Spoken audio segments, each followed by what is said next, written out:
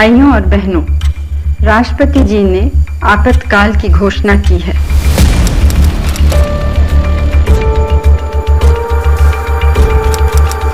नमस्कार, मैं अंशु। अभी हम मौजूद है जन उजाला न्यूज के स्टूडियो में। आज 25 जून है। जैसा कि आपको पता है कि वर्ष 1975 में आज के ही दिन प्रधानमंत्री इंदिरा गांधी ने पूरे देश भर में आपातकाल की घोषणा की थी। उस समय लोगों को क्या परेशानियां हुई थी, क्या पीड़ा हुई थी, उनको क्या कुछ देखना पड़ा था, क्या कुछ झेलना पड़ा था, उसी को लेकर आज हम खास बातचीत करेंगे। हमारे साथ मौजूद हैं उत्तराखंड के जाने माने समाज सेविक अनिल वर्मा जी। और आप सरकारी और गैर सरकारी तमाम नौकरियों से जुड़े हुए हैं और आपको पूरे देश भर में राष्ट्रीय सम्मान भी मिला हुआ है। तो सर, उस समय आपकी जो आयु थी वो 21 या 23 वर्ष हुई होगी। उस समय जो आपातकाल की घोषणा की थी, तो उसको लेके आप क्या कुछ कहना चाहेंगे? अंशु प्रसाद जी, धन्यवाद। आज के इस महत्वपूर्ण दिन में आपने मुझे यहाँ पर अपने स्टूडियो में बुलाया। बात कर रहे हैं 25 जून 1975 की। मैं उसमें डीएवी कॉलेज में अध्ययन कर रहा था और 22 साल मेरी उम्र थी। और जब ये घोषणा हुई तो सारे लोग सकते में रह गए। मैंने तो यूं तीनों ही इमरजेंसी देखी हैं।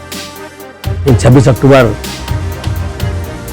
1962 को हुई थी, जब भारत चीन का युद्ध हुआ था, और दूसरी जो 3 दिसंबर 1971 में लगी थी, भारत पाकिस्तान युद्ध के दौरान, जब बांग्लादेश का अभ्युदय हुआ।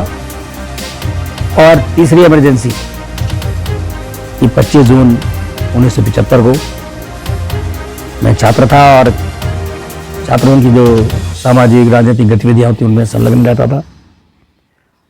सारे लोग सत्ते में थे। इंदिरा गांधी की सरकार इसको अनुशासन पर्व का नाम दे रही थी और बाकी जो विपक्षी दल थे वो इसे एक तरह से तानाशाही का काल बता रहे थे। हुआ भी हुई। वास्तविकता तो यही है कि इंदिरा गांधी ने अपनी हार को स्वीकार न करते हुए इमरजेंसी घोषणा की। बड़ी जल्दबाजी में उन्होंने तत्कालीन राष्ट्रपति डॉक्टर फखरुद्दीन अली अहमद जी से इसको पास करवा लिया। अनुमोदन पर इमरजेंसी लगा दी गई। 1 साल के लिए कार्यकाल भी बढ़ा दिया गया। लोगों में बड़ी मायूसी छा गई। राजनीतिक इतने बड़े बड़े दल थे और उनके बड़े बड़े नेता थे, वो सभी के सभी जेलों में ठूस दिए गए। यहाँ तक कि बड़े पत्रकार जो उस सरकार के पक्ष में नहीं थे, उनको भी जेलों में ठूस दिया गया। अब समाज के अंदर थोड़ी, आप कहेंगे कि मायूसी छा गई। मैं चूंकि सरकारी नौकरी भी कर रहा था, सर्वे ऑफ इंडिया में था, केंद्र सरकार में मैं अधिकारी था। वहाँ पर बड़ी पाबंदियां लगा दी गई कर्मचारियों पर।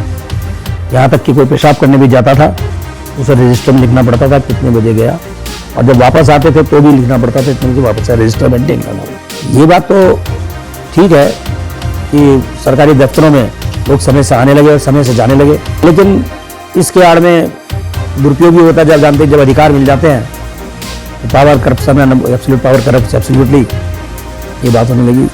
अधिकारी भी कई जगह इसका नैजा फायदा उठाने लगे, कर्मचारियों को दबाव में लेने लगे, यूनियनें बंद हो गई। मैं चूंकि कॉलेज का विद्यार्थी भी था। हमारी एक यहाँ पर श्री तरुण विजय जी जो MP रहे हैं राज्यसभा में, वो मेरे बड़े घनिष्ठ मित्र रहे। हमारी एक वाणी परिषद यहाँ पर हमारी हुआ करती थी संस्था। उसके उसके माध्यम से हम साहित्यिक सांस्कृतिक गतिविधियों का आयोजन करते थे। बड़ी अच्छी संस्था थी। उसमें बड़े बड़े जजेज आते थे, ये टॉक्स होती थी और एक्टिविटीज भी हम लोग कराते थे। हमने कहा हम इसके माध्यम से क्या कर सकते हैं। देखा समाज के अंदर बड़ी मायूसी है। यहाँ तक होने लगा कि मेरी सिस्टर जसन मॉडर्न स्कूल में पढ़ाती थी, वहाँ ये दबाव बनने लगा कि आप नसबंदी की केस लेकर आइए तो तनख्वाह मिलेगी। अब मेरी सिस्टर ने मुझे कहा कि अनिल, इसी तरह से ये ऐसा अरेंजमेंट करवाओ कि एक केस मिल जाए। अभी इधर उधर दोस्तों से पूछ करके कौन किसकी बहन माँ कोई भी हो वो नसबंदी के लिए तत्पर हो। बड़ी मुश्किल से फिर हमने केस करवाया, वहाँ दिया। लेकिन वहाँ देखा तो दोनों दिन तो लाइन लगी रहती थी। सब जगह दवा था, डॉक्टर्स के ऊपर दवा होता था। वो कहते थे हाँ अनिल, और कोई केस मिलेगा तो वो भी ले, क्योंकि उनके भी प्रमोशन वगैरह कुछ चीज़ें, उनके ऊपर भी बड़ी पाबंदियाँ थी। नसबंदी का दौर यूँ तो जनसंख्या नियंत्रण के लिए अच्छा है, लेकिन उस समय जो दबाव के अंदर लोगों के साथ किया गया, कोई स्टेशन पर पकड़ा गया, कहीं पर भी उसको उठा करके पकड़ कर नसबंदी करा दी गई। किसी को सजा मिली, थाने में चौकी में पकड़ा गया, उसे उठा करके नसबंदी करा दी गई। ऐसे तमाम मामले हैं। मैंने बताया कि सबसे छोटा उदाहरण तो मैंने आपको अपनी बहन का ही दे दिया, जो टीचर थी। तो इस प्रकार से बहुत प्रेशर में लोग रहे, और हम अपने वाणी परिषद के माध्यम से, मैं, तरुण विजय, हमारे साथ कई लोग थे, प्रोफेसर भी थे, डीएवी कॉलेज के प्रोफेसर भी थे, कुछ मित्रगण थे।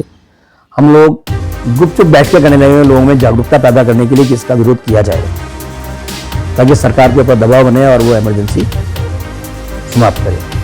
तो सर ने जैसा बताया कि उस दौर में हिटलर जैसी तानाशाही भारत में आ गई थी। जितने भी जनता थी, जितने भी लोग थे, उनको बहुत ही ज़्यादा परेशानियों का सामना करना पड़ा। जैसे कि नसबंदी की भी बात सर ने बताई कि सर से सुन रहे हैं कि लोगों को बहुत ही ज़्यादा पीड़ा देखने को मिली। तो सर इसी के साथ मैं दूसरा क्वेश्चन आपसे करना चाहूँगी कि उस समय जो तत्कालीन राष्ट्रपति थे फारुखुद्दीन अली अहमद, तो उनकी भी तो कुछ इसमें मतलब अहम भूमिका रही थी ना। जैसे इंदिरा गांधी ने तो उन्हें कह दिया था कि आप घोषणा पे साइन कर दे, तो कहीं ना कहीं उनका भी इसमें कुछ ना कुछ तो दोष था। तो उस पर आप क्या कहेंगे?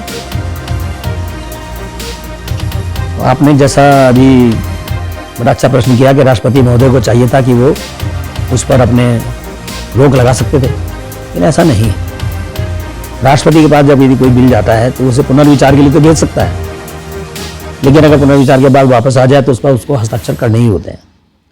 जहां तक इमरजेंसी का सवाल है लागू करने का, तो राष्ट्रपति महोदय आप समझिए उस पर लगभग वो एक तरह से पपेट की तरह थे, और स्टैम्प की तरह उन्होंने स्टैम्प लगानी थी। तो इसलिए वो तो दबाव में रहते थे। इंदिरा गांधी का बड़ा खौफ था, प्रभाव बहुत था, नेहरू खानदान की थी, इसलिए उनके दबाव में कहिए इच्छा या अनिच्छा, ये तो वही जान सकते हैं कि डॉक्टर फखरुद्दीन अहमद साहब की उनकी मन में इच्छा थी क्या, लेकिन वो मुझे जहाँ तक लगता है उन्होंने प्रेशर में आकर के इसको सिग्नेचर करने पड़े। और साथ में ये भी है कि राष्ट्रपति उसके जो मतलब उसको 6-6 महीने के लिए बढ़ाया जाता है पीरियड को, तो उसको वो रिव्यू करते हैं, राज्यसभा लोकसभा से पास होता है, वहाँ पर फिर बिल को दोबारा रखा जाता है। लेकिन इंदिरा गांधी का दबाव इतना कि वो मनमानी करती थी, और इसमें कोई शक नहीं कि शायद हिटलर भी इतना नहीं कर पाया होगा जितना इंदिरा गांधी ने किया। और उन्होंने उसको मतलब उसको कंटिन्यू रखा, और कंटिन्यू रखते हुए यहाँ तक कि उसमें बहुत सारे काम अच्छे भी हुए। अच्छे इसलिए हुए कि दबाव में लोगों ने करने पड़े। जैसे मैंने बताया कि लोग सरकारी नौकर टाइम पर लगे, ट्रेन जो थी टाइम पर चलने लगी, टाइम पर पहुंचने लगी। बहुत बड़ी उपलब्धियां रही हैं अगर देखा जाए तो, उसकी उपलब्धियां भी रही है। मैंने कहा ना कि मैं तो बैलेंस करके बात कर रहा हूँ। उपलब्धियां रही, पेड़ लगाए गए, इंदिरा गांधी ने बहुत बड़ा अभियान चलाया, लेकिन उसकी हाल में पेड़ लगाओ, वृक्षारोपण करो, ठीक है, उसकी वजह से बहुत वृहद स्तर पर वृक्षारोपण भी हुआ, नसबंदी कार्यक्रम हुए। लेकिन तुर्कमान गेट के ऊपर सोनिया गांधी ने पूरी मुस्लिम बस्ती के 500-700 मकान एकदम ध्वस्त कर दिए, वो आवाज भी गई। तो तानाशाही का जो दौर था वो इस कदर था कि लोगों में खौफ पैदा हो गया। अब उसकी आड़ में गलत काम भी होने लगे। जो कांग्रेस पार्टी से संबंधित लोग थे उनका समाज के अंदर प्रभुत्व हो गया, सब उनसे डरने लगे। तो इस तरह से लोगों का जो एक तरह से लोकतांत्रिक प्रक्रिया थी बिल्कुल पूर्णतः ठप पड़ गई। और क्योंकि जब एविडेंस लागू होती है तो लोगों के जो राइट्स हैं, फंडामेंटल राइट्स, वो तो निष्क्रिय कर दिए जाते हैं। तो लोगों को अधिकार नहीं थे, बस अपना कर्तव्य करो। और इसे जैसा कि मैंने बताया कि उन्होंने नाम दिया था इसको अनुशासन पर्व, वो करते हुए लोगों ने बेहद परेशानियां उठाई। सर जैसे इंदिरा गांधी ने रातों रात ही आपातकाल की घोषणा कर दी थी, तो इस पे मीडिया पे असर हुआ, ज़्यादा प्रभाव पड़ा, क्योंकि पूरी मीडिया ही ठप पड़ गई थी। उनकी जो आज़ादी थी वो पूरी ही बंद कर दी थी, छीन ली गई थी। तो इस पे आपका क्या कहना है? आपने मैडम बहुत अच्छा प्रश्न किया, और ये सर्वाधिक महत्वपूर्ण और संवेदनशील विषय है। हमारे लोकतंत्र का चौथा स्तंभ जिसे हम मीडिया कहते हैं,